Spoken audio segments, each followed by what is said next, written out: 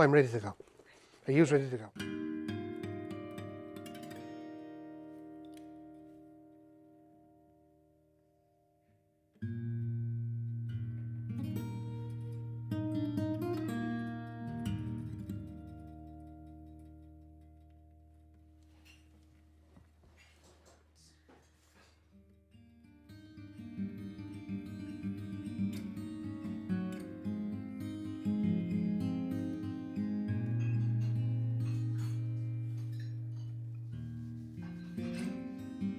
I had an interest in wood since I was about 9 or 10, and I started working officially when I was 14, just going on 15.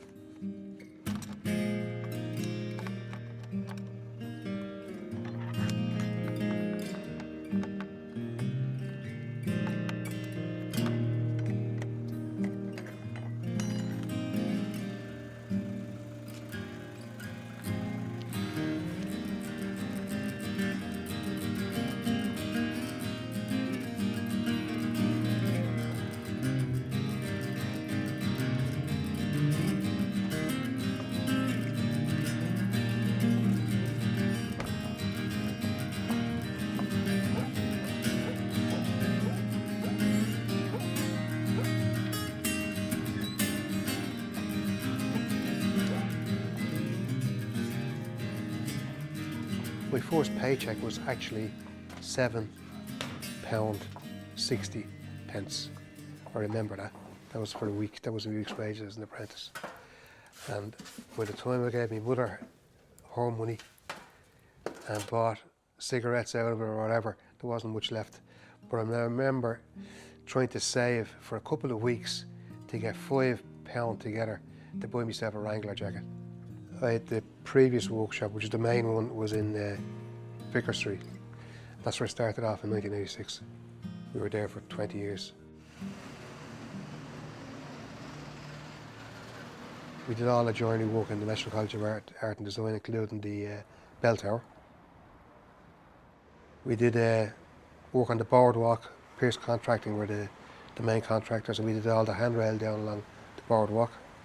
We worked for the OPW, again through Pierce Contracting, doing some of their old buildings, old Georgian doors and up and down windows and all that type of stuff.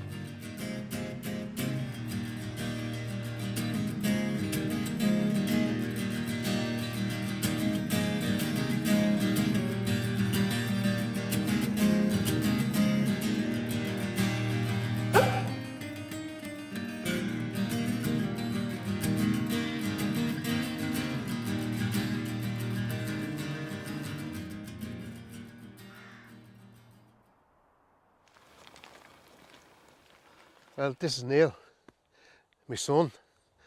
He's a carpenter now. He qualified, served his time, but went on further than I did. He got a degree in woodwork, so he's taken on the mantle. It's a great sense of pride that Neil is involved in the trade. I never influenced him. I didn't purposely, coerce him into it. So he's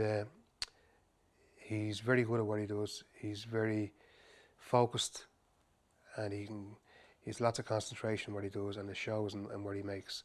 He could see a love, my interest in the trade, and that's if you want to call it pride, that my enthusiasm for it enthused him. If he can get a successful living out of that trade, that would give me far more pride than anything else.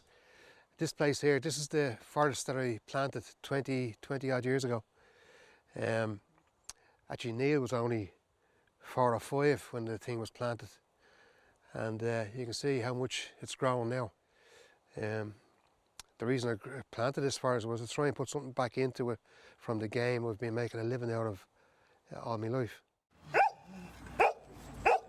Basically, you're cutting down a tree, you're sizing the tree into the boards, then you're drying the timber.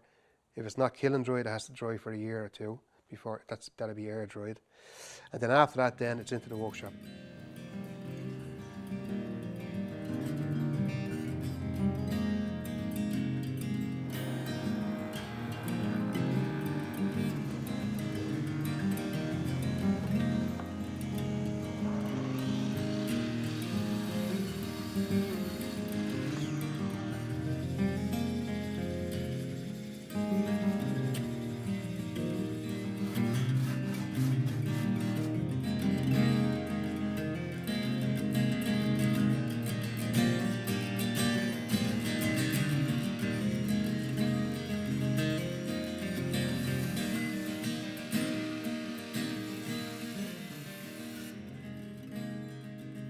It's nice, isn't it? That was just a bit of leather I got up the north there. There was one woman selling off an old shed full of stuff. I went up there the other day. I got loads of good leather. Feel that. I like making craft stuff. I like coming up with ideas, and I get a great kick out of making things. I like leather work. I'm learning a bit about leather work now at the moment, and I enjoy doing that. My mother was a seamstress. She was a great sewer. She was always sewing in our house. She had an industrial sewing machine at home, so that's my mother's sewing machine.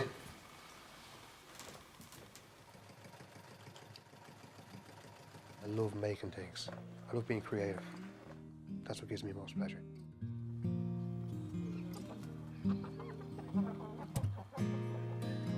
The hens and the duck seem to all hang out together.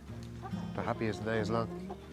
Although some of these are males, and you can't have more than one rooster in the flock. So they're going to get the P60 now, very shortly. Was a sort out which ones are males, so it's going to be Sophie's choice. I like the animals around the place. Puts a bit of life into the place. It's good. There's a bit of land out there, so they might as well be grazing the land. And it puts people like it. Puts a bit of quirkiness into the whole place. And the goat is an escape artist. Houdini, we call the goat. It just keeps on getting over the fences. Jumps up on the donkey's back and then jumps over the fence. They have a thing going together. I think the goat was saying to the donkey, give us a lift, give us a lift, give us a lift, and I'll bring you back a cauliflower. I don't know where the goat is. Oh, there's the goat, look, it's escaping into the field.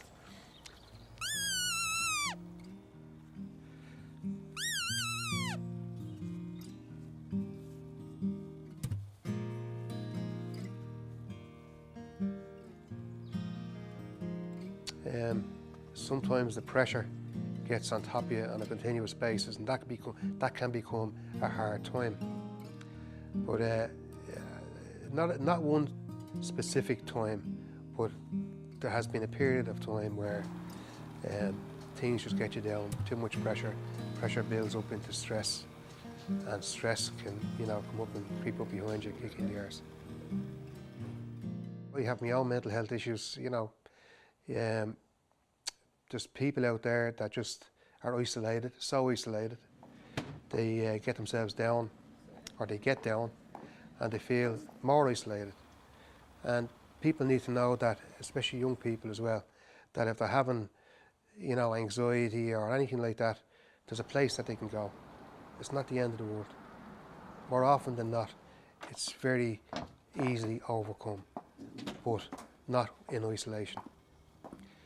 There's been times where things are quiet, everyone's gone home, it's nice and peaceful, and you've the smell of the wood, and you see all the different projects that are lying around on the floor, and you think to yourself, this will do just nice, this is okay, this is where I'm meant to be. When I'm let alone, and I haven't got people hanging out on me, and I'm allowed to just make things, I whistle. It becomes a very mindful place, yeah.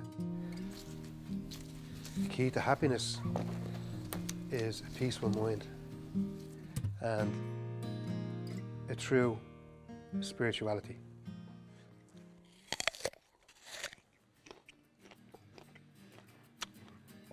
Really good. It's like everything else in life. If you let the sacred come in, it's only too quick and willing to come in. Have I ever doubted my trade? No, never, never.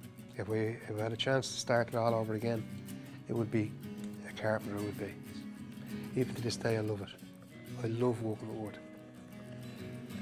I've never lost a graft for it. I'm going to be making things until I pop me clogs. Literally.